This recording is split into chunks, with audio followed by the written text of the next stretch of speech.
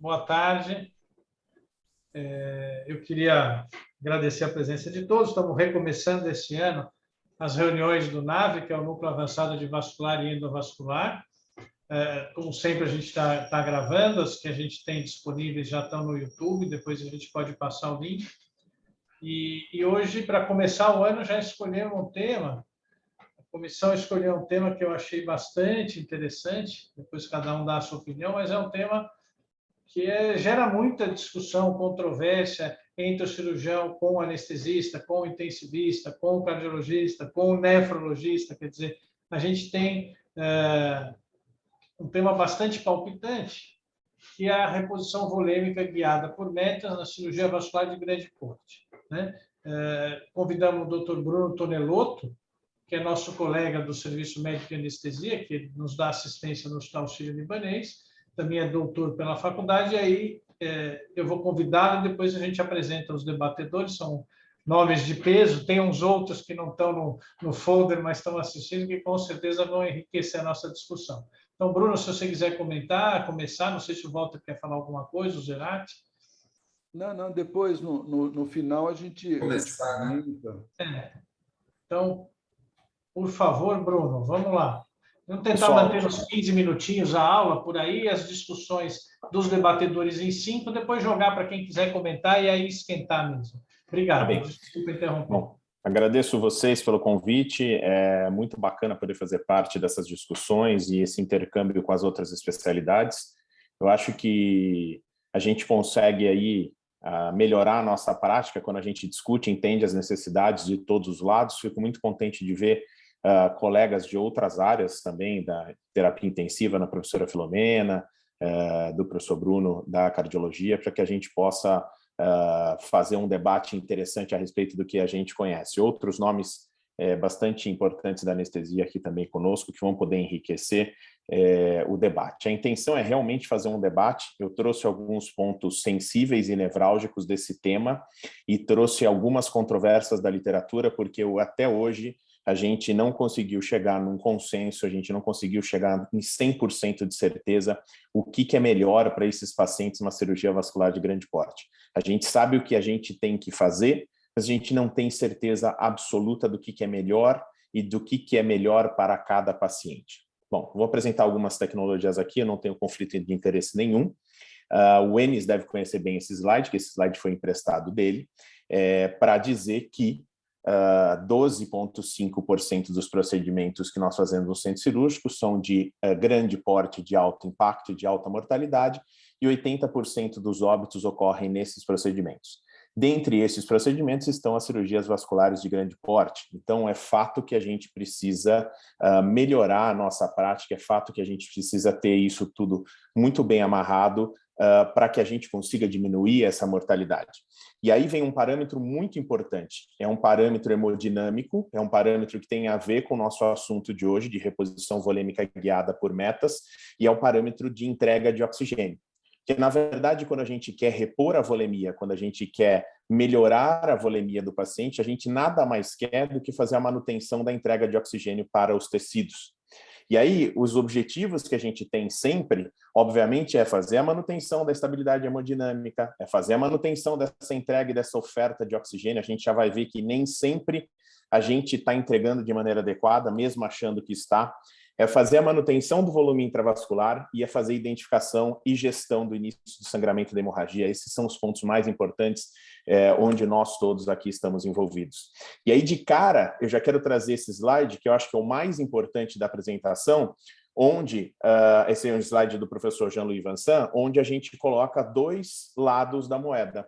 Um é quando eu deixo de hidratar o paciente, e aí eu levo o paciente para um estado de hipoperfusão e de sepse, de inflamação, de falência orgânica, e outro lado é onde eu tenho edema de alça, onde eu tenho disfunção de íleo e onde eu também aumento inflamação e também aumento a demanda cardiometabólica.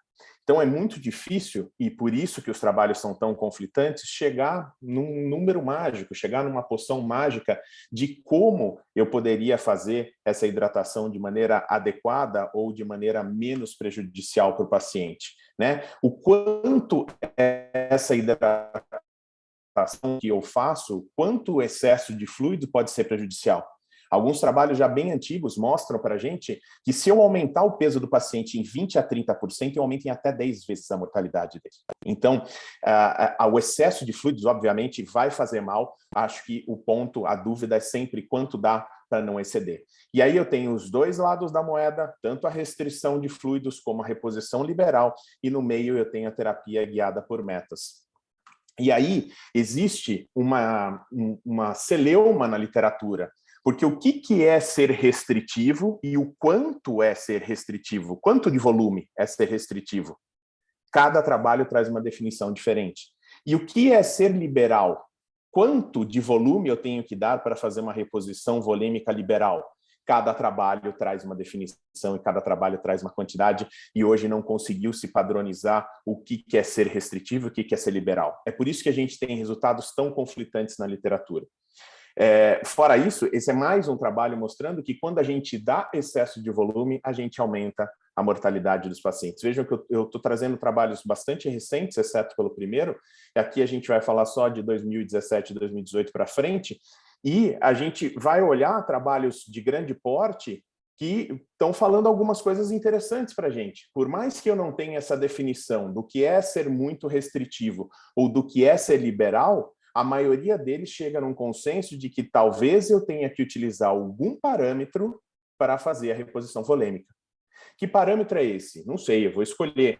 Alguns intensivistas gostam de utilizar parâmetros não invasivos do débito cardíaco, outros gostam de utilizar parâmetros ecocardiográficos, outros dentro do intraoperatório gostam de utilizar parâmetros como diurese e lactato, por exemplo. Eu não sei qual parâmetro eu vou utilizar, mas eu tenho que utilizar algum parâmetro.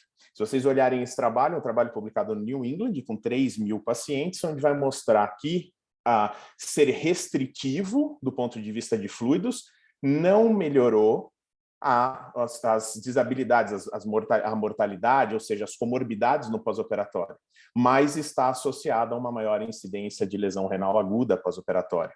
Existe um marcador intraoperatório, que é a oligúria, que pode representar uma piora evolutiva da função renal no pós-operatório.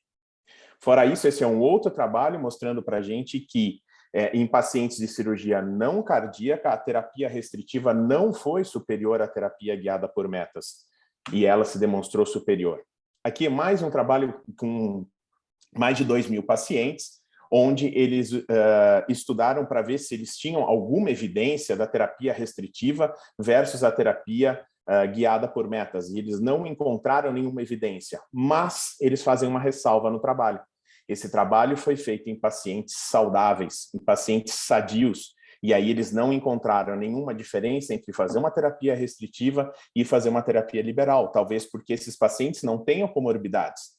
E os nossos pacientes da cirurgia vascular, da cirurgia cardiovascular, têm muitas comorbidades. Eles têm insuficiência renal associada, eles têm doença cardiovascular estabelecida, eles têm diabetes, eles têm outros problemas que vão modificar a relação entre os compartimentos corporais, vão modificar a relação do conteúdo continente do que eu dou, do que é aproveitado e do que se mantém no intravascular e do que não se mantém no intravascular.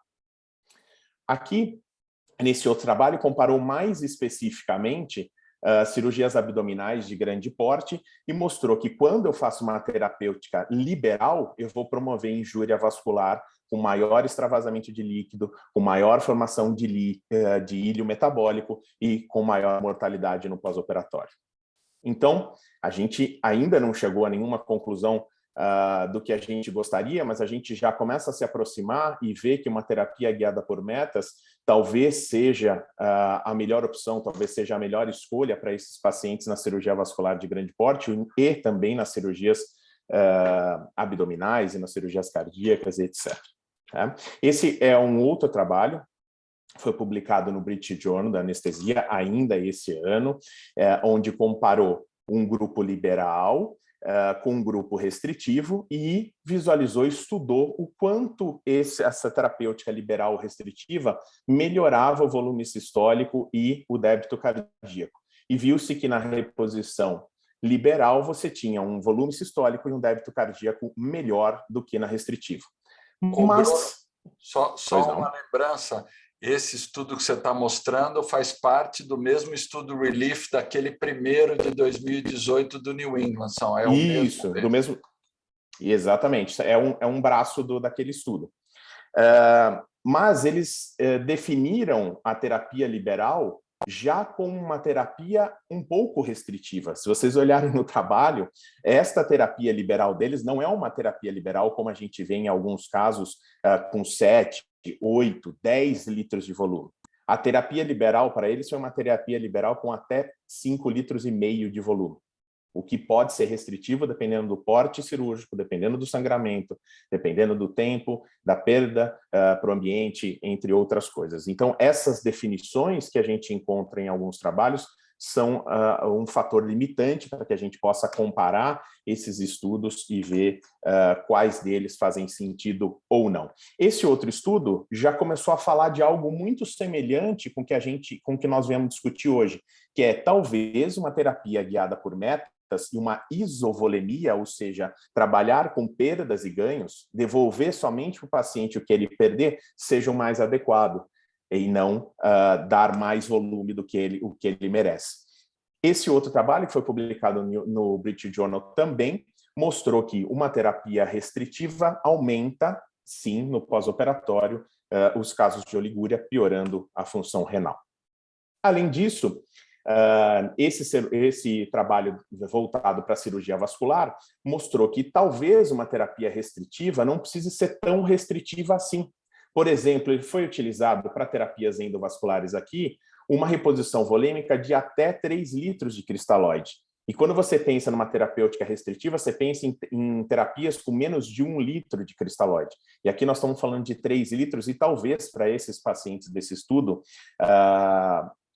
esses 3 litros tenham sido o ideal, tenha sido o que eles necessitavam. A pergunta mais difícil é sempre saber quais são os pacientes responsivos a volume. Quem é que merece volume? Em quem é que cabe volume? Quem é que precisa de volume? Essa é uma resposta que a gente tem dificuldade em dar e tem dificuldade em responder. A gente tem como prática na nossa cabeça, como conceito prático, de que se a gente der mais volume, administrar mais líquido, nós vamos melhorar as forças de contração pelas leis de Frank-Starling e nós vamos otimizar o volume sistólico e, com assim, otimizar a entrega. Só que a gente esquece de alguns parâmetros, porque está enraizado nos nossos conceitos de que a gente precisa devolver o volume para melhorar o volume sistólico e de que a gente precisa ter pressão arterial média para conseguir entregar oxigênio de maneira adequada. Veja esse trabalho com N de 1.232 casos que tem diferentes níveis, inúmeros níveis de pressão arterial média, entregando a mesma quantidade de oxigênio. Esse slide também é emprestado do Enes. Obrigado, Enes.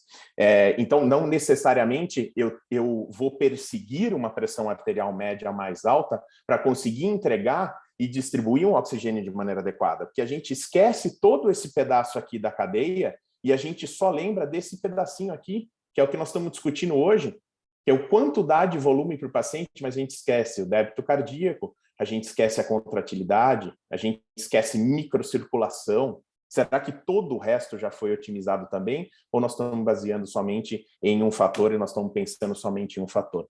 Fora isso, a gente utiliza muito pouco, essa obviamente não é uma realidade nossa, aqui dentro do hospital a gente utiliza todo o arsenal que nós dispomos, do ponto de vista de monitorização não invasiva, minimamente invasiva e invasiva, mas essa não é uma realidade no país afora.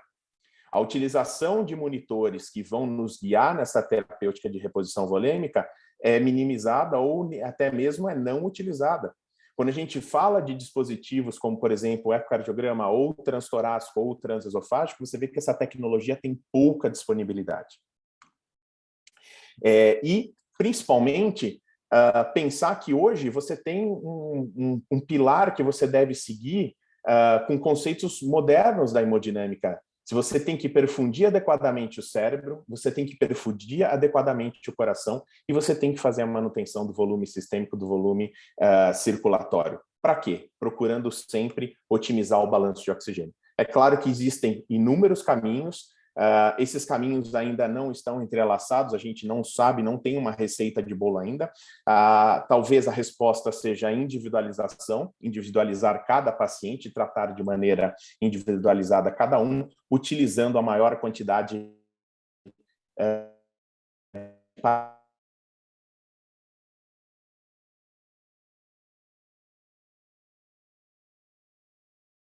individualizada. Obrigado. Bruno, posso pedir para você repetir a sua conclusão, os últimos 30 segundos da sua aula, porque travou. Desculpe.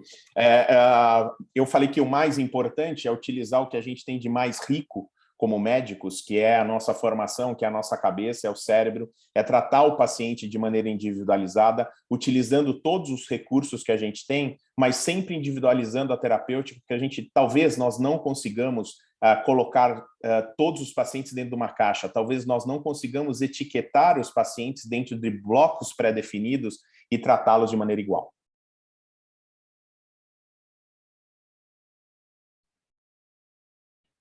Muito obrigado. Acho que foi uma excelente apresentação.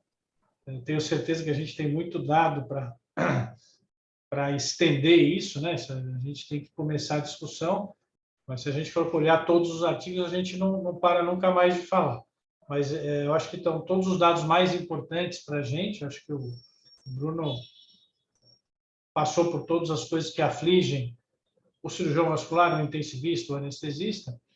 E eu vou começar colocando para discussão a professora Filomena, que é professora do INCOR, que é nossa colega também do Sírio-Libanês, responsável pela UTI cardiológica, que eu sei que já tem uma posição firmada nisso. Eu gostaria de ouvi-la sobre isso.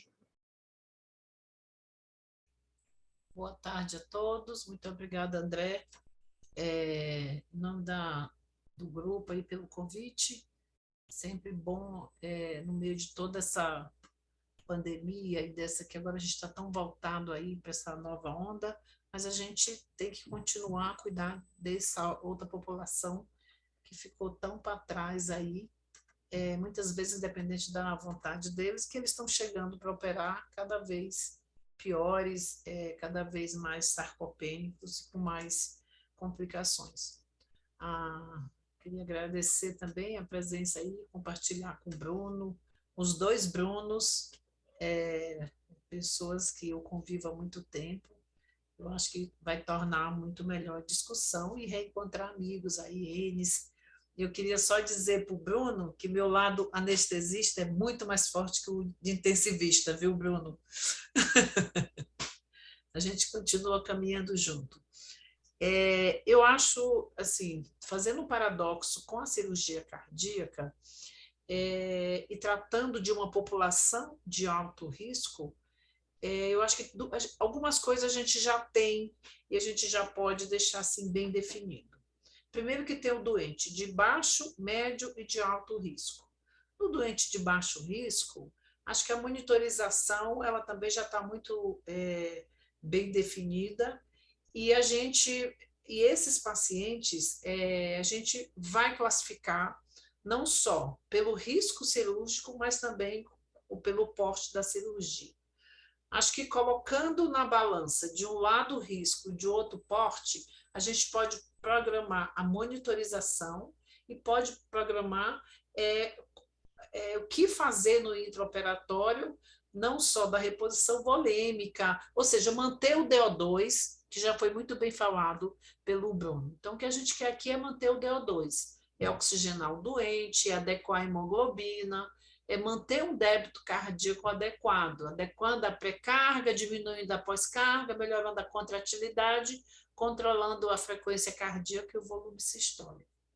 E o que a gente sabe também que o doente submetido à cirurgia vascular, a maioria deles se classifica como doente de alto risco, onde também tem esse trabalho que o Bruno mostrou, muito interessante, que de uma publicação de mais de 5 milhões de cirurgia, 12% dessa população foi de doente de alto risco, onde a mortalidade foi 80%. E o que é um doente de alto risco? é um doente que tem acima de 60 anos, comorbidade cardíaca, pulmonar, tem câncer, ou cirurgias prolongadas acima de 90 minutos. Nesse aí, a gente vai ter que procurar monitorizar de forma mais adequada. Hoje em dia, a gente tem desde o contorno de pulso, o catéter de Swan-Ganz, o eco chegando no intraoperatório, mas não chegando para todo mundo, e o Doppler esofágico. Alguns trabalhos de cirurgia vascular, em pacientes submetidos à cirurgia vascular, até comparando, utilizando o índice de colapsabilidade da veia cava, tanto vista pelo eco transesofágico como visto pelo Doppler esofágico, sendo uma adequada forma de procurar pacientes que têm responsividade a volume e que provavelmente estejam hipovolêmicos. E eu acho também que esse doente de alto risco, ele tem uma faixa muito estreita entre a hipervolemia e a hipovolemia. E se você, diferente do doente de baixo risco, se você errar um pouco na hipervolemia ou errar um pouco na hipovolemia, você não vai ter tanta disfunção orgânica. Nesse doente de alto risco, como a faixa é muito estreita, se ele ficar hipervolêmico, ele vai ter mais edema tissular, mais síndrome compartimental, maior problema em cicatrização de feridas, e se você errar para menos, ele vai ter disfunção renal, piorar a disfunção renal, mais acidose, mais apoptose celular. Então, trazendo isso para a literatura, o que evoluiu, que foi essa nossa grande discussão, em avaliar a volemia e predizer responsividade ao volume.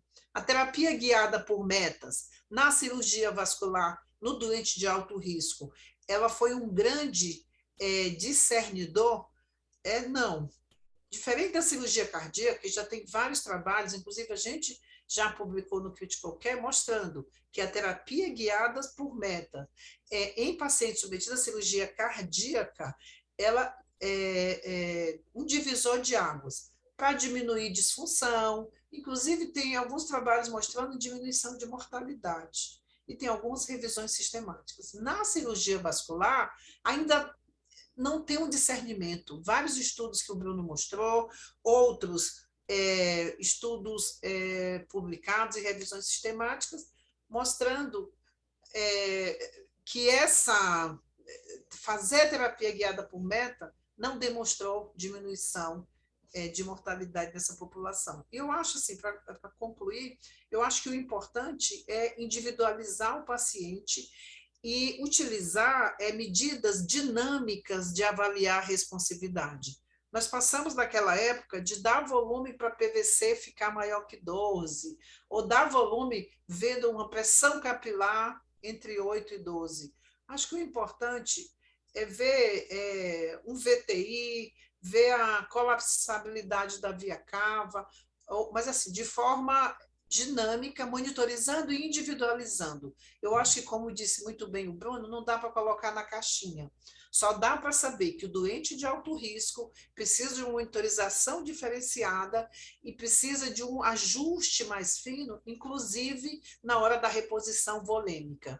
Talvez a melhor forma seja associar um pouco de volume, ajustar um pouco a hemoglobina e dar um pouco inotrópico, talvez. Acho que essa é assim, a minha opinião. Muito obrigada.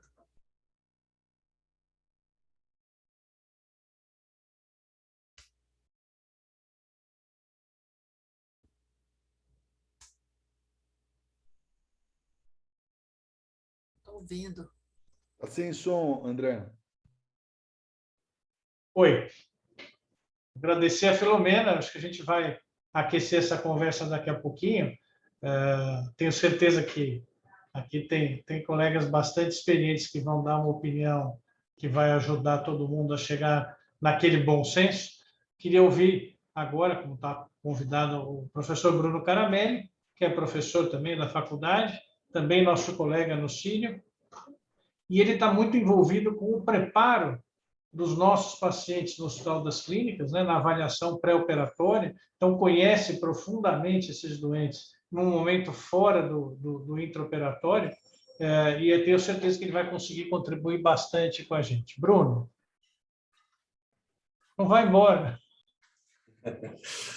É que estava ouvindo um barulho lá, desculpa. Obrigado, André, pelo convite. Estou vendo aí grandes, novos e velhos amigos. Júlio, vi até o Jorge Calil aí, os nossos filhos cresceram juntos, e então queria dar um abraço a todos vocês e obrigado pelo convite. Bom, a Filomena já me deixou sem palavras, não só pelo conhecimento, como pela quantidade de informações que ela deu. Eu acho que eu podia contribuir dizendo o seguinte, André, um dos últimos pontos que a Filó colocou, que foi-se o tempo em que a gente guiava a reposição de volume pela PVC. Eu, que sou mais velho que a Filó, concordo integralmente, mas eu também acho que a gente não deve se basear pela colapsabilidade da veia cava, que é a coisa que eu vejo na UTI do Sírio.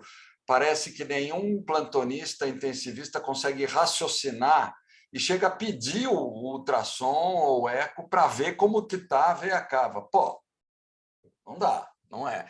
E não dá para guiar dessa forma, senão nós estamos substituindo um sistema por um outro que não tem, na minha forma de opinião, não representa grande vantagem. Na medida em que a gente começou a operar pacientes mais idosos, que vocês começaram, nós começamos a indicar e vocês começaram a operar e trazer para o centro cirúrgico pacientes mais graves e mais idosos, aumenta a chance de comorbidade. Então, eu diria o seguinte: uma colapsabilidade de uma veia cava num cardiopata com fração de ejeção de 25%, a conduta tem que ser completamente diferente de um outro paciente que tem uma fração de ejeção de 60% ou 55%. Então, eu acho que essas informações são completamente diferentes.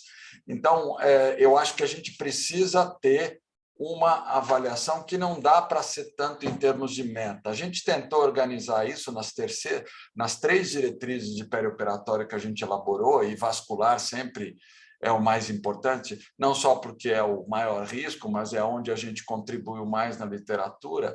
Esses pacientes são mais graves. Então, a gente tentou colocar algumas metas, algumas regras gerais, mas não dá para ser diferente do que a Filó falou. Tem que ser individualizado. E eu acho que a função diastólica do ventrículo esquerdo e do ventrículo direito, a condição pulmonar, a hemoglobina, se tem diabetes ou não, os pontos de corte de hemoglobina para transfusão, existem evidências dizendo que eles são diferentes se o paciente for diabético ou não. Então, a gente tem que considerar uma série de coisas e não podemos, acho que se eu fosse dar alguma mensagem só para concluir, antes da gente partir para o debate, que acho que vai ser a coisa mais interessante, não cair na armadilha de seguir por protocolo ou por medicina de almanaque. Eu não consigo raciocinar se eu não tiver uma imagem da veia cava. Eu não consigo raciocinar se eu não tiver esta ou aquela informação. Então, eu acho que é importante a gente reunir, ver aquilo que tem de informação disponível e selecionar muito bem, ainda mais num período em que o custo está muito grande, selecionar exames específicos. Mas nenhum deles substitui a clínica, a impressão de que se o paciente está bem perfundido, está bem hidratado, se ele está em sepse, se ele está infectado ou não. Obrigado, André. De novo, eu agradeço, Bruno, sempre são palavras de equilíbrio. Nós temos alguns cirurgiões aqui, estão em minoria hoje, né? Mas temos cirurgiões experientes com a aorta aberta e endo, né? Achei até interessante o trabalho que ele citou, né? 3.000 ml, mas é em cirurgia endo, que não abre a cavidade. Quer dizer, mas só isso já mostra como não é tão pouco volume que a gente está conversando. Mas, assim, hoje eu acho que essa história, antes de chamar todo mundo, o Jorge Calil já levantou a mão, eu sei que o Júlio e o Walter vão ter opiniões para colocar, o Zerati, mas só para a gente começar. Teve um slide que me chamou muita atenção, né, em que ele coloca numa ponta a isquemia intestinal e na outra o edema. Obviamente que as duas coisas são muito ruins, mas eu tenho certeza que qualquer um dos cirurgiões aqui prefere ter o edema, principalmente se a gente considera que é um doente que urina, né? Eu acho que a primeira coisa que a gente precisa ter é, ele responde a diurética e urina, será que a gente tem que ter tanto medo de hidratar esse doente e deixar ele desidratado e pesar a mão, às vezes, na droga? É uma dúvida que aflige, eu tenho certeza, todos os cirurgiões que estão acostumados com a cirurgia aberta da aorta, né? Será que esse doente que urina ele precisa ser tão restritivo? A gente tem visto uma quantidade, acho que o Bruno que acompanha os pós-operatórios, uma quantidade do HC, né? Uma quantidade de isquemia intestinal que a gente não via antes. Isso está muito grave. Quer dizer, a gente chegou a ter 25% de incidência de isquemia intestinal num ano. Isso, inclusive para cirurgia endo, não era só para aberto. Então, eu acho que assim, só para esquentar mesmo a discussão. Agora eu vou deixar para os demais cirurgiões, o Jorge já levantou a mão, se quiser falar, o Calil, depois o Walter, o Júlio, o Zerati, obrigado. E os anestesistas, está o Fernando, está o Enes, né? Tenho certeza que eles vão ajudar a gente. Boa tarde, André. Obrigado por me conceder a palavra. Que mesa brilhante, brilhante. Na falta de um, você conseguiu juntar 2 Brunos padrões diamantes. Parabéns. E parabéns a todos os palestrantes. E muito obrigado ao Bruno Caramelli por ter convivido amplamente com nossos filhos, desde pequenininhos, na Escola Viva, mas não vamos ao saudosismo, porque senão eu vou chorar aqui, Bruno. E eu quero enfatizar uma colocação do Bruno Caramelli, é que nós sempre devemos lembrar que a clínica é soberana. O Bruno frisou bem que, às vezes, o apelo da indústria, ele extrapola um pouco e ele influencia no nosso tratamento. Para ilustrar o que o Bruno falou, para que vai se pedir, horas, o exame, um Doppler da veia cava para poder ver o estado do nosso paciente? E finalizando, para ser breve, nós não devemos apenas individualizar o tratamento dos nossos pacientes, mas também eu sempre faço questão de lembrar que nós tratamos do paciente do Brasil. A literatura europeia e americana são de fundamentais importâncias nas nossas condutas. Todavia, o paciente brasileiro é diferente do americano e do europeu. Então, cabe aqui também esta observação. Nossos pacientes não comem bacon, eles comem churrasco. Nossos pacientes não esquiam na neve, eles vão para a praia. Então, existem algumas particularidades que o paciente brasileiro é diferente do americano e do europeu. Em síntese, individualizar, sim, cada tratamento. Eu tenho muito medo do balanço positivo, tenho visto muito mais complicações de balanço positivo do que negativo. Parabéns ao Bruno e à Filomena. Eu estou aqui me rendendo, me curvando à sabedoria de todos esses mestres que puderam nos enriquecer, nos afortunar com as aulas que ministraram. Muito obrigado.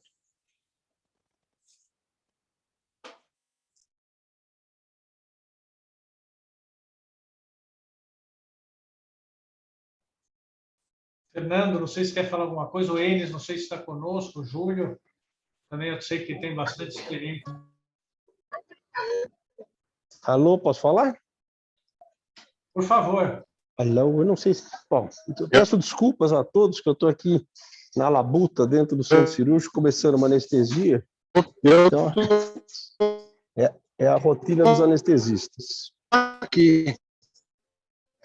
Vocês estão me ouvindo bem? Se você ficar parado um pouquinho, porque acho que está oscilando o sinal. Vê se melhorou um pouquinho. Vocês estão me ouvindo bem agora? Sim. Ótimo. Todos ouvindo bem? Algumas coisas que foram ditas aqui, eu infelizmente não ouvi, porque eu precisei me afastar um pouquinho do foro para fazer alguns atendimentos aqui dentro da sala cirúrgica. O que eu queria comentar sobre o tema já é o que foi dito na exposição do Tonelotto e já é o que, pelo que eu percebi, o entendimento de todos todas as pessoas que estão aqui dividindo esse foro aqui conosco, é que não vai dar para fugir da sensatez. Algumas das reflexões que eu gostaria de fazer, primeiro, é não raciocinar fundamentalmente em volume, e sim raciocinar fundamentalmente em débito cardíaco.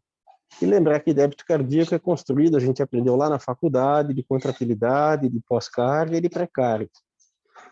Na minha opinião, isso é suficiente para a gente se afastar um pouquinho dos erros mais grosseiros de reposição volêmica, que acabam sendo vinculados a essas análises muito objetivas de volume, esquecendo outros aspectos absolutamente determinantes na construção do débito cardíaco. As reflexões sobre o que se considera volume permissivo, o que se considera volume restritivo, elas acabam sendo muito pouco, na minha opinião, muito pouco práticas, que às vezes 3 litros foi restritivo para uma cirurgia e às vezes 500 ml foi muito em outras cirurgias. Os anestesistas com certeza sabem disso, e eu creio que os cirurgiões também têm plena capacidade de perceber que as realidades intraoperatórias são muito determinantes na construção da estratégia de reposição volêmica. Tempo cirúrgico, volume de sangramento, resposta inflamatória, exposição de cavidades, perdas insensíveis, débito urinário, uma porção de variáveis que acabam fazendo com que esses padrões de até 2 litros, até 3 litros, ou menos do que isso, acabam sendo muito pouco, digamos assim, representativos da estratégia assistencial intraoperatória. Talvez o ganho ponderal seja uma análise bastante interessante num pós-operado, numa fase que podemos chamar de peroperatória, mas eu reitero que as medidas que auditam a saúde metabólica dos diferentes tecidos são as mais determinantes na definição da estratégia de reposição volêmica. Então, analisar dosagens intraoperatórias cabíveis, como, por exemplo, parâmetros ecocardiográficos quando disponíveis, analisar possivelmente variáveis como lactato, eletrólitos, sugerindo o funcionamento das funções renais e oxigenação tecidual, são absolutamente virtuosos. E reitero, concluindo a minha fala, de que é fundamental a gente analisar o débito cardíaco. Eu falo para os meus residentes que se eu fosse capitanear uma residência de anestesia, eu ia fazer um juramento dos residentes, juro defender o débito cardíaco. E aí, para defender o débito cardíaco, você precisa interagir com todas as variáveis que o constroem. Às vezes você vai agir na contratilidade, às vezes você vai agir na resposta inflamatória em relação à pós-carga, e às vezes você vai agir na pré-carga em relação às perdas volêmicas ou em relação à desidratação pré-operatória que possivelmente esteja presente na maior parte dos procedimentos cirúrgicos. Obrigado pela atenção e eu continuo na escuta. Um abraço a todos.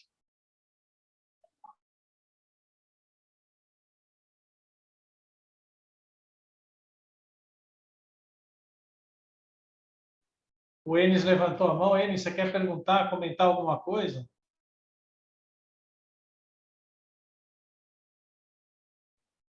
Está travado. O microfone está fechado, né? Seu microfone está fechado também.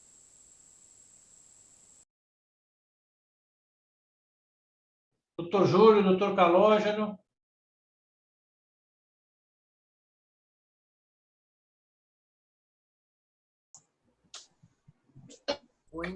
Pode falar, André?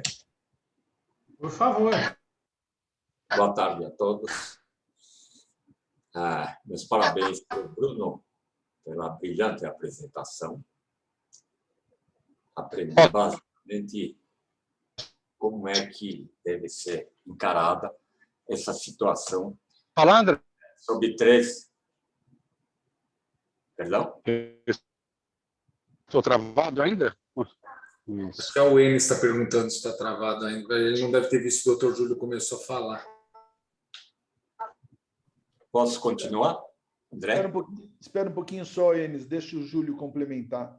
Como estava dizendo, eu parabenizo o Bruno pela brilhante apresentação, focalizando 3 aspectos importantes desse tema em discussão, né? A abordagem liberal, a guiada por metas, e a abordagem restritiva. Antes disso, eu parabenizo também a Filomena e ao Bruno pelas considerações muito sábias. faz uns 10 anos que esse mesmo assunto foi discutido lá na Sociedade Brasileira de Angiologia. E uma convidada especial foi a Ludmila, que fazia o papel hoje representado pela Filomena. E, à época, acho que se vivia a ideia de que a hiperidratação, como de fato era um motivo, digamos, de aumento de mortalidade. E, na época, nós tivemos uma discussão bastante interessante, porque se, na época, para nós, cirurgiões, havia evidências de uma hipoidratação, que, na prática, se traduzia por oligúria, era uma preocupação constante de todos os cirurgiões. E, no entanto, havia muita restrição na UTI por parte dos intensivistas. Eu diria que hoje ainda persiste. Por quê? Vez por outra, nós temos ainda cirurgias abertas. No primeiro PO, o paciente está oligúrico. Além disso, o paciente, se queixa de sede. Frequentemente, claro, através de um entendimento adequado com os intensivistas, nós conseguimos que se aporte meio litro, 1 litro de soro. E, com isso, há uma melhora da diurese. Em outras palavras, onde eu quero chegar, e o Bruno chamou a atenção, que essa abordagem guiada por metas, como é que se traduz isso na prática?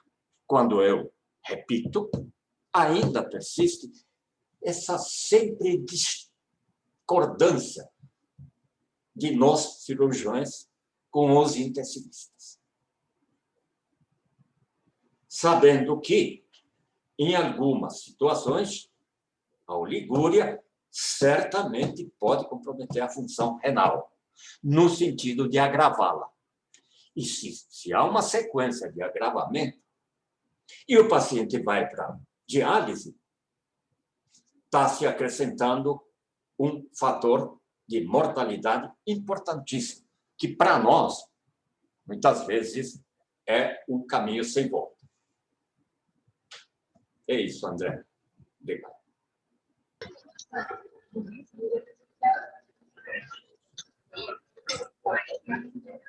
André, eu tirei a minha câmera para ver se meu som chega para vocês melhor, porque aí eu uso menos internet. Estão me ouvindo? Tá ótimo. Então tá perfeito. Então eu tirei o som porque eu tirei a imagem, tá bom? Então assim, queria agradecer primeiro a oportunidade aí de a gente estar podendo conversar sobre isso. E eu vou pegar um gancho em cima do que o Júlio acabou de falar. Quando a gente fala de terapia dirigida por meta, a gente tem que entender um pouco da fisiopatologia relacionada ao que eu estou monitorizando. Estou monitorizando onda de pulso ou a curva da pressão arterial. Esses doentes têm disfunção endotelial. Aí eu vou deixar depois para o Bruno comentar isso. Índice de adequação do ponto de vista de função endotelial. Cada vez mais esse é um método interessante para a gente entender uma doença sistêmica como essa, que é o doente vascular, aterosclerótico, hipertenso, seja o que for. Ele tem doença da microcirculação. Consequentemente, o método que eu estou utilizando tem que levar isso em consideração. Em cima do que o Júlio acabou de falar, é uma outra situação, que é um limite que a gente coloca ali, que é o tal de 12% ali, de mudança de um parâmetro ali, para a gente dizer esse doente é responsivo ao volume ou não. Só que tem uma série de trabalhos que mostram que entre 10% e 12% tem uma chamada zona cinza. 30%, 35%, até 40% dos doentes respondem a volume estando com esse índice normal. Então, na minha opinião, tem o seguinte: esse doente, olhando agora desfecho, olhando agora a mortalidade, quando a gente pega doente de alto risco, cirurgia vascular, cirurgia cardíaca, morrem de sepsis, de infarto no pós-operatório, de AVC, morrem de insuficiência renal. Um dos parâmetros que já ficou claro é o nível da pressão arterial. Antes a gente achava que 65, 75 estava bom. Hoje a gente já sabe que não. Abaixo de 85 para esse grupo de doentes, isso é hipotensão, isso é hiperperfusão renal, é hiperperfusão cerebral, é hiperperfusão coronariana, sistemicamente. Então, o parâmetro da pressão arterial, que durante muito tempo a gente falava, não, isso não serve para nada, né? PVC ficou muito claro aqui nessa questão que o Bruno colocou aqui, dos 30%, 50% e 60% de disfunção. Olhar a colapsibilidade nessa situação, ela é um número, é um dado um pouco irreal. Consequentemente, esse grupo de doentes merece, com certeza, primeiro, o nível da pressão arterial tem que deixar acima de 85. Se ele tem disfunção endotelial, ele tem muita alteração autonômica. Quase sempre, anestesia geral que faz uma redução de 20% a 30% no índice cardíaco em relação à resistência vascular sistêmica. Eu preciso de ajudar a corrigir esse defeito que eu causei. Se tem alguém que causa disfunção autonômica, somos nós anestesistas. Principalmente quando a gente associa bloqueio regional, tipo uma peridural, para fazer analgesia pós-operatória. Aí é pior ainda. Consequentemente, eu tenho que corrigir o defeito que eu causei. Corrigir com o quê? Com droga vasoativa, que a Filó falou. Esse doente tem alteração da função cardíaca e tem alteração da função periférica. 2, 3 microgramas de dobutamina desde o início, uma dose baixa de NOR já ajuda a corrigir isso. E a partir daí, eu tenho que ter muita atenção com relação à reposição volêmica. Ganhou mais do que 10% de peso, o doente entrou com 80 quilos na sala. Se eu estiver pesando o meu soro, tiver mais do que 8 quilos ali, é 10% de aumento no peso corporal desse paciente no pós-operatório. A mortalidade decuplica desses pacientes. Então, ou seja, eu tenho parâmetros ali clínicos ali que me ajudam, mas eu não posso esquecer que 10 a 12, que seria um parâmetro normal que a gente utiliza de adequação desses índices para fazer terapia dirigida por meta, falham nesses doentes. Então, eu tenho que ficar muito atento. E talvez esse doente com 10, ele precise de volume, sim. E aí, talvez, eu comece a entender um pouco dessa questão dessa gênese no pós-operatório.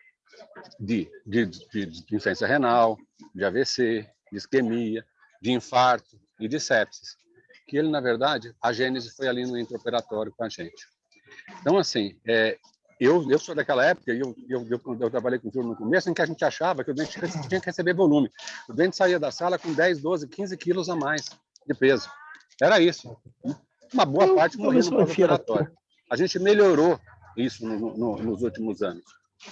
Mas eu acho que a gente tem que ter atenção que esses métodos, eles têm falhas em algum grupo de doentes e tem alguns índices ali que não ficam adequados em relação a ele. Depois a gente avisa para o Fernando que ele vai ser de novo flexível. Som aberto, o bonitinho.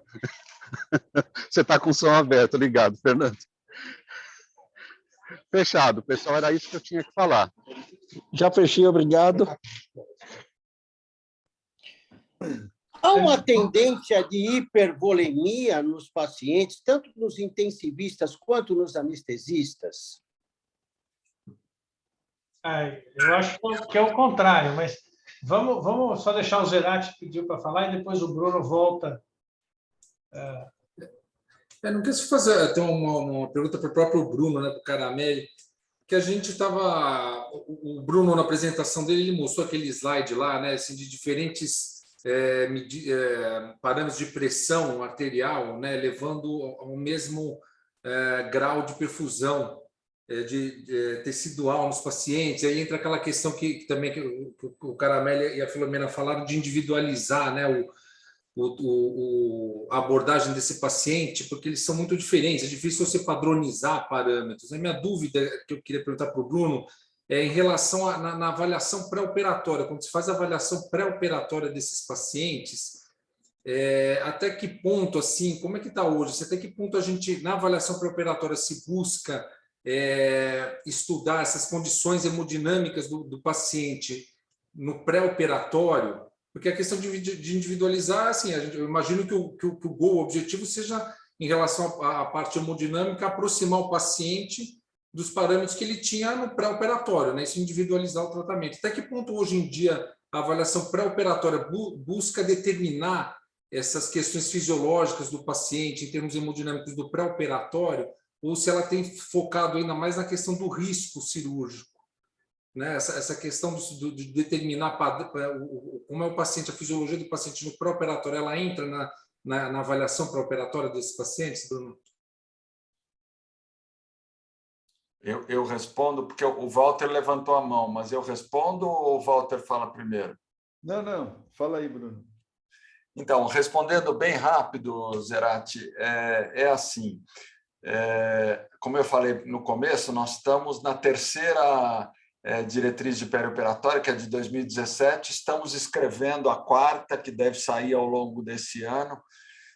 E uma das coisas que mudou é exatamente isso que você está perguntando. Antigamente, a gente tinha, até a segunda diretriz, muito receio com relação à crise hipertensiva. Então, a gente evitava a suspensão de antihipertensivos para pacientes cardiopatas ou hipertensos com medo do rebote. O tempo mostrou que rebote é só com beta-bloqueador.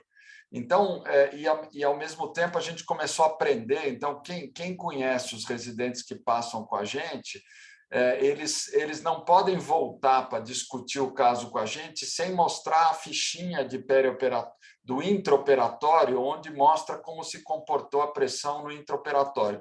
Todo residente que faz avaliação, em especial da vascular, tem que olhar aquela fichinha, porque nós mostramos, outros autores mostraram, que a hipotensão é muito mais danosa e perigosa do que a hipertensão em si. E isso tem desdobramentos. Então, aquele gráfico que o meu xará mostrou antes, que parece, se eu não me engano, era a partir de um dado que o Enes mostrou para ele, um slide que o Enes emprestou para ele, a maior parte dos pacientes, para um cara que tem coração normal, esta variação volêmica não tem tanta importância porque o coração consegue compensar isso. O problema é pegar um cara com uma disfunção diastólica ou com uma disfunção sistólica ou com ambas, qualquer variação volêmica vai ser catastrófica para ele. Então, isso é muito importante. Então, uma dos focos, só para finalizar, que nós estamos fortalecendo, isso responde ao que você perguntou, Zerati, a gente tende a privilegiar a ausência, a ojeriza, a hipotensão. Então, o paciente que tiver levemente hipotenso ou desidratado no pré-operatório, esse cara vai ter o seu inibidor de ECA suspenso, vai ter uma hidratadinha melhor no pré-operatório. Uma outra coisa, alguém falou aí sobre Brasil, acho que foi o Calil que falou sobre Brasil, sobre... Os pacientes ficam, eu sou a segunda, terceira cirurgia a seguir. O cara fica em jejum 12 horas e vai chegar desidratado na intervenção cirúrgica. Então, a volemia é fundamental e a volemia é mais fundamental em termos de cuidado com ela quando houver uma cardiopatia de base, sistólica, diastólica ou ambas. Então, nós temos, sim, uma preocupação maior, e isso vai ser um dos focos da quarta diretriz, em evitar a hipotensão, porque isso realmente, principalmente em cirurgia vascular, é um marcador de pior prognóstico. Obrigado. Então, posso fazer uma coisa? Então, quando a gente fez residência lá no HC, a gente tinha um UTI, acho que eram 2 leitos, né, Júlio? 2 leitos da vascular, 2 leitos do tórax para pós-operatório de aneurisma. E o chefe da UTI era o CID, que é cirurgião vascular, e os pacientes iam melhor. O que eu acho é que, na época, a gente via PVC, diurese, pressão, né? E era isso. E na época, eu acho que talvez a gente não operasse pacientes tão graves, com distúrbios cardiológicos tão graves. Então, eles tinham, acho que, talvez mais enfim, uma reserva cardíaca melhor para manipular mais ou menos volume. Talvez seja isso, né? Agora, a gente opera pacientes com uma reserva cardíaca pior, e eu acho que é aí que esses pacientes ficam mais difíceis de manipular. E agora, a gente opera no HC, você opera um aneurisma lá, sangra 1 litro. Aí o paciente sai, aí eles ligam noradrenalina. Aí eles aumentam a noradrenalina. Aí aumentam mais a noradrenalina. Quer dizer, a gente sabe qual vai ser a evolução disso. Ou ele vai fazer uma trombose mesentérica com uma isquemia de colo esquerdo, que aí vai complicar a cirurgia, sepsis e tal. Ou o cara vai entrar em insuficiência renal, então, ou vai para o óbito. Então, o que eu acho, assim, o pós-operatório é muito importante a pessoa ter um pouco de feeling, ver todos esses dados que foram citados, para, se está aumentando tanto a noradrenalina, o paciente não está sangrando, caramba, isso daí é falta de volume, né? Não precisa ser É um negócio óbvio, né? Até a gente que é cirurgião pensa nisso. Então, eu acho que é isso. Eu acho que... E outra coisa, de repente tem um plantonista para um número alto de pacientes, um monte de paciente complicado. Então, acho que é questão de tratar um pouquinho mais com carinho, ver que a noradrenalina está aumentando, a hipovolemia, isso, né? Tem sequestro no reto peritônio, numa cirurgia aberta. Então, acho que é isso. Antes de Licença um pouquinho, André. Claro. Só um pouquinho. O Walter tocou no assunto que eu queria mais perguntar, na verdade. A utilização de vasopressores, né? Como que entrou no uso quase que habitual, diria obrigatório, entre aspas, dos anestesistas, dos intensivistas. E quando, na realidade, muitas vezes, no meu ponto de vista, foi perda intraoperatória de líquidos. Então, a pergunta seria, ou para o Bruno ou para a Filomena, qual que é o momento, digamos, preciso para se utilizar um vasopressor, já que, para nós, sob diversos aspectos, é muito pior a noradrenalina do que a reposição apenas hídrica, digamos assim. É uma pergunta. Deixa eu só inteirar a mesma coisa que o Júlio falou e o Walter, né? Claro que essa visão de que os doentes iam melhores naquela UTI é uma visão muito simplista. A gente entende, mas o que chama atenção para o cirurgião, e para quem está assistindo isso, eu tenho certeza, é que, acho que como a gente está vendo na política, a gente está muito polarizado. Tem pessoas que estão muito aguerridas à hipovolemia e à droga, muito precoce. Então, o que eu não vi ninguém falar, talvez o Bruno começou, é que o doente tem momentos, né? Tem um momento intraoperatório e perioperatório que não dá para o cirurgião não acredita quando ele chega na UTI e fala assim, ele está muito inflamado, vamos dar droga e tirar volume. Ele está no pós-operatório, imediato, quer dizer, talvez esse não seja o momento tanto da droga, não sei, mas é o que o Júlio está falando, o que o Walter está falando, que as repercussões intraoperatórias do sangramento, de babação, de porejamento de albumina, de não sei o que com a barriga aberta, não estão sendo, talvez, levadas tanto em consideração e estão sendo muito aguerridos à história de manter o doente em hipovolemia com droga. E talvez sejam momentos diferentes do doente. Talvez no terceiro pós-operatório para frente, isso valha muito mais do que no imediato. Então, agora eu vou deixar o Bruno, que já estava com a mão levantada, o Tonelotto, e a Filó e o Bruno Caramelli finalizarem isso. Desculpa meu comentário longo. Bom, enquanto todo mundo foi falando, eu fui juntando algumas informações que eu julgo importante aqui colocar para vocês. Bom, primeiro o Dr. Júlio falou lá que talvez nós tenhamos muitos parâmetros, ele até perguntou qual seria o parâmetro ideal para guiar essa reposição. Meu avô, na auge da sua sabedoria com 90 anos, já dizia que quem tem muito não tem nenhum, e tudo que tem muitas coisas não tem nenhuma ótima. Isto é verdade. Nós não temos nada que a gente diga hoje que a gente possa utilizar apenas um parâmetro. E é por isso que eu disse que talvez a gente tenha que individualizar o paciente, utilizar diversos parâmetros em conjunto para chegar à conclusão. Porque é verdade que esse paciente é um paciente onde a gente tem dificuldade para traçar um protocolo de reposição. E aí, com essa dificuldade de traçar um protocolo para reposição, a gente tem que tomar cuidado para não ir tanto ao lado da droga vasoativa e nem tanto ao lado do volume. A gente não pode deixar de entender também que nem sempre eu posso só dar volume ao paciente, porque muitas das vezes eu tenho uma diferença e um problema entre conteúdo e continente, e dar volume não vai resolver o problema dele, porque ele tem disfunção endotelial, ele tem alterações vasculares, ele tem uma alteração do volume diastólico final do ventrículo esquerdo com um aumento da pós-carga, então eu tenho que mexer em todas essas variáveis para conseguir trazer o paciente para uma situação mais normal, e às vezes sim, eu vou ter que utilizar drogas vasoativas. O que eu preciso tentar fazer e melhorar é conseguir chegar num ponto onde eu tenho um paciente hidratado e talvez tenha que utilizar essas drogas vasoativas para conseguir entregar de maneira adequada o oxigênio, que é o que a gente busca em todos esses pacientes. Um detalhe importante, um trabalho publicado no British Journal há alguns anos mostrou que um paciente de alto risco que fica com uma pressão arterial média 7 minutos abaixo de 65 aumenta em 3 vezes o risco cardiovascular. Veja, 7 minutos, quando eu não utilizo uma pressão arterial invasiva, é o momento de medir uma pressão, 5 minutos medir outra pressão. Isso aumenta em 3 vezes o risco cardiovascular para infarto e para disfunção renal.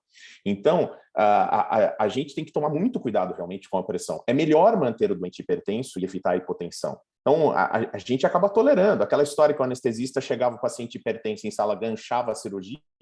Não, hoje, quando chega em hipertenso, eu fico até feliz. Eu falo que tá ótimo, a pressão tá boa. Eu vou anestesiá-lo, ele vai diminuir um pouco a pressão e ainda continuo com uma pressão ótima para esse paciente e vou buscar manter sempre a pressão de entrada. A pressão que o paciente chegou em sala, se possível, se o procedimento cirúrgico permitir, é manter aquela pressão de entrada. Do ponto de vista de monitorização e do que a gente tem de monitorização, a gente tem que tomar cuidado ao utilizar esses monitores. Eles podem e devem ser utilizados. Só que esses monitores foram criados para pacientes sépticos de 35 anos deitados na cama da UTI, sem alteração volêmica, sem trauma cirúrgico, sem inflamação. Todos esses pacientes eram pacientes saudáveis que evoluíram para sepse e que colocaram o monitor, e esse monitor foi testado e esse protocolo foi criado. E esses monitores são utilizados para todas as pessoas. E eles têm diferenças, os pacientes têm diferenças entre si e a gente tem que ter isso na cabeça. Por fim, muitas vezes é difícil nós anestesistas, os intensivistas e os cirurgiões entenderem que o momento do intraoperatório e do pós-operatório são momentos distintos. Estima-se que mais ou menos 1 hora de procedimento cirúrgico equivale a 8 horas do paciente na UTI. Então, do ponto de vista de trauma cirúrgico, alteração hemodinâmica e alteração hidroeletrolítica, é muito diferente. Então, é possível sim que a gente acabe hidratando um pouco mais no intraoperatório do que a gente deveria e que talvez a UTI precise hidratar um pouco menos, utilizar um pouco mais de droga, porque esse paciente já chegou com balanço hídrico aumentado. E é possível também que a gente tenha utilizado menos droga e que que a gente tenha utilizado menos volume, que esse paciente continue com menos volume na UTI, num balanço por vezes muito negativo e evolua de maneira desfavorável quando eu utilizar uma estratégia mais restritiva. Então, acho que não tem outra solução, é tratar de maneira individualizada cada paciente, é olhar diversas variáveis, é olhar a diurese, é olhar o lactato, eu tenho disponível a medida da veia cava? Vamos olhar, por que não? Utilizar a medida da veia cava também, utilizar a medida de hemoglobina, utilizar todos os parâmetros possíveis que eu tenho e imagináveis para otimizar a entrega de oxigênio, que é o que a gente quer, e lesar menos o doente. Acho que a nossa função é cada vez mais lesar menos o paciente. O paciente procura um hospital e elege aquele hospital porque ele entende aquele hospital como sendo seguro. Ele entende aquele cirurgião e aquele anestesista como sendo seguro. A gente tem o dever de promover menos mal e maior benefício para o paciente. Filó? Queria falar, eu acho que algumas coisas mudaram. Eu acho que no passado, o anestesista, e eu posso falar porque eu sou anestesista aí nem vou dizer de quanto tempo, mas a gente colocava um soro atrás do outro, e muitas vezes não tinha baseado numa pressão arterial, contava perda insensível, lembra? 6 ml por quilo por hora, quando a cirurgia era de grande de tórax aberto, quando era de barriga aberta, e a gente, no final, dava o volume, mais aquele volume por quilo por hora de tempo de cirurgia, ou de abdômen aberto, ou de tórax aberto. Depois passamos por uma fase de tentar monitorizar e ir atrás de preditores de responsividade a volume, que também foi uma época que não deu muito certo, pelo que já foi muito bem falado aí em relação aos vieses da monitorização. Paralelamente a isso, a gente foi operando doentes mais idosos e mais medicados.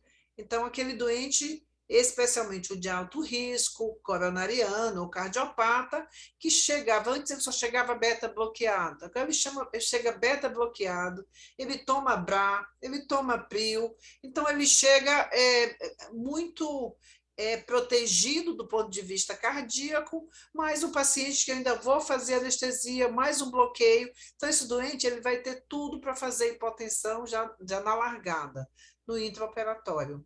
E aí, é claro que a gente está numa luta enorme para tentar desmistificar um pouco, para diminuir essa medicação, que o Bruno pode falar depois muito melhor do que eu, e deixar só o beta-bloqueador, ou até talvez diminuir um pouco o beta-bloqueador.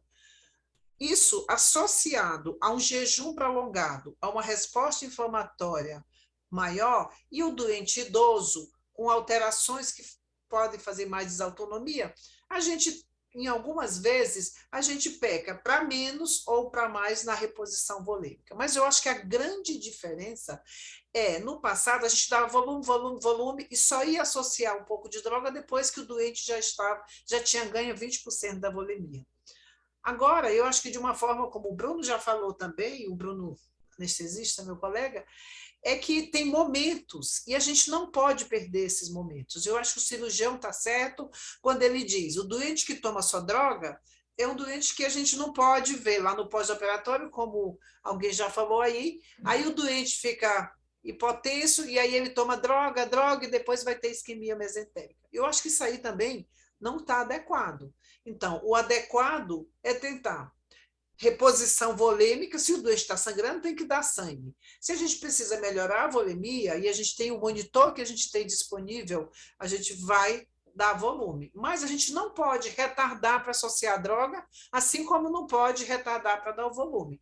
Eu acho que a plenitude é quando a gente conhece todo esse mecanismo e faz esse meio termo de, como disse o Enes, saber que as pressões têm que ser um pouco maior, saber que talvez para manter essa pressão maior, eu talvez precise de um pouco mais de volume, mas às vezes eu preciso de um pouco de droga.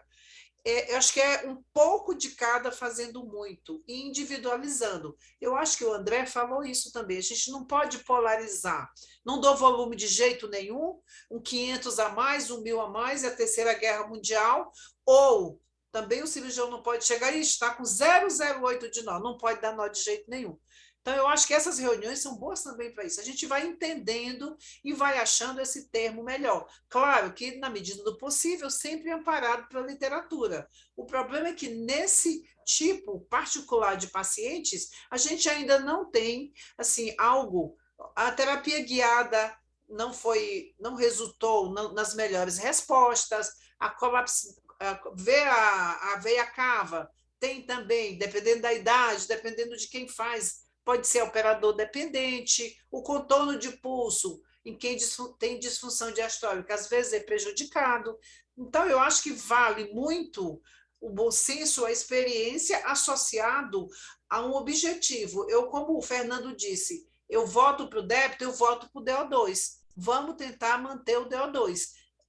Tentando, porque nós, anestesistas, a gente tem uma vantagem em relação ao intensivista. A gente recebe o doente e, muitas vezes, a gente monitoriza antes que o problema ocorra. Por exemplo, antes que tenha a cirurgia, a manipulação. Quando ele chega na UTI, eu vou continuar depois que o problema já ocorreu. O problema que eu digo, depois que ele já operou, já inflamou. Então, é mais difícil para o anestesista, muitas vezes, do que para o intensivista do que para o anestesista, porque o cuidado já vai começar aqui, na hora que ele entra na sala e que eu monitorizo, que eu escolho a minha técnica anestésica, a minha reposição volêmica. Eu acho que a gente tem que trabalhar junto, achar o melhor, sem ter essa polarização, individualizando e mantendo o DO2.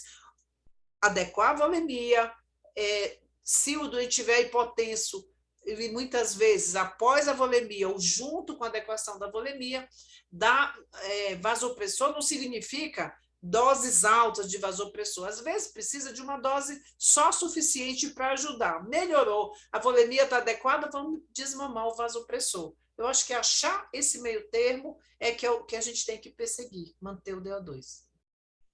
Muito obrigada. Bruno.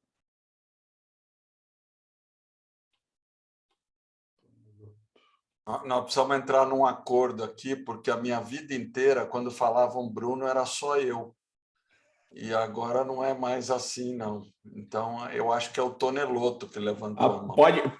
Pode ficar com o Bruno, porque aqui no hospital todo mundo me chama de Tony, então tá tranquilo. Caramelli, quer fechar?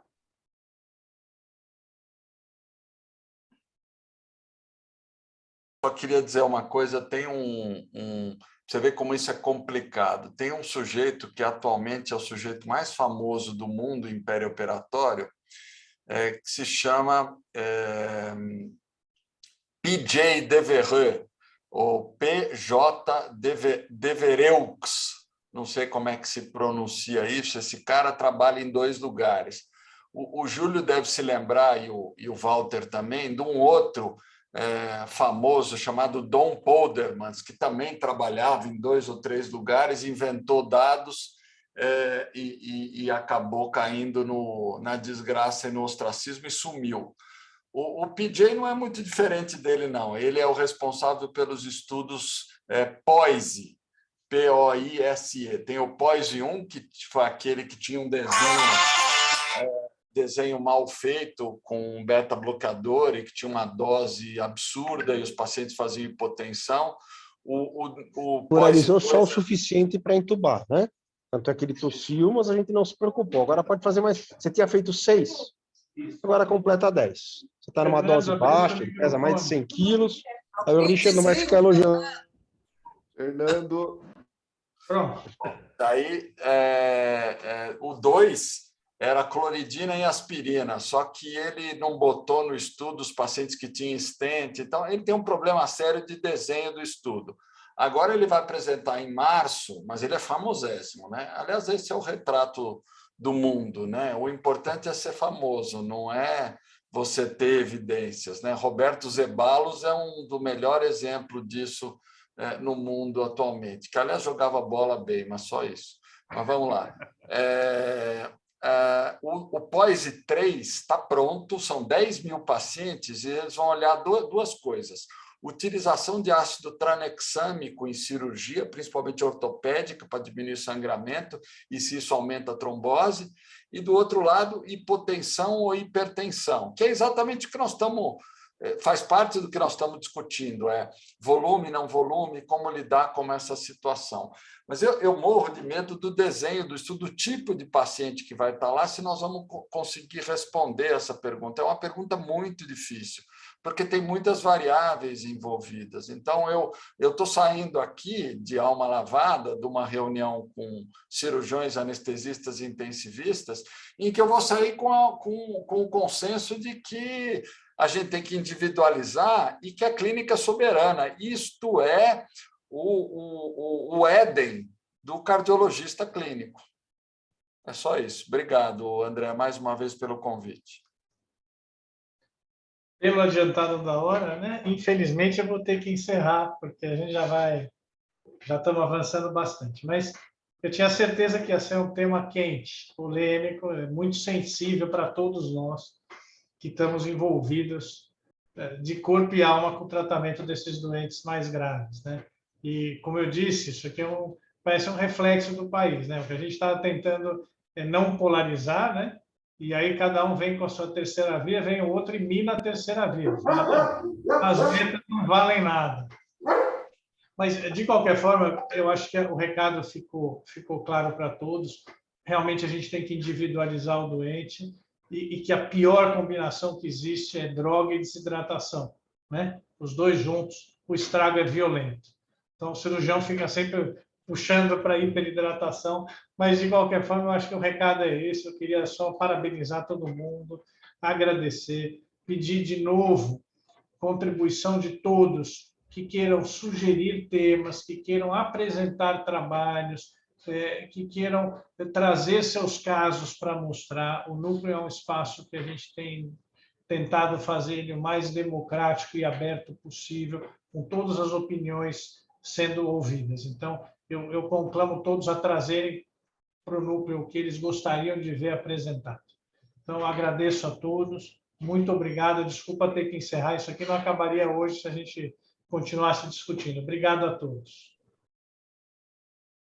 Obrigado, André. Obrigado pelo convite. Um grande abraço a todos.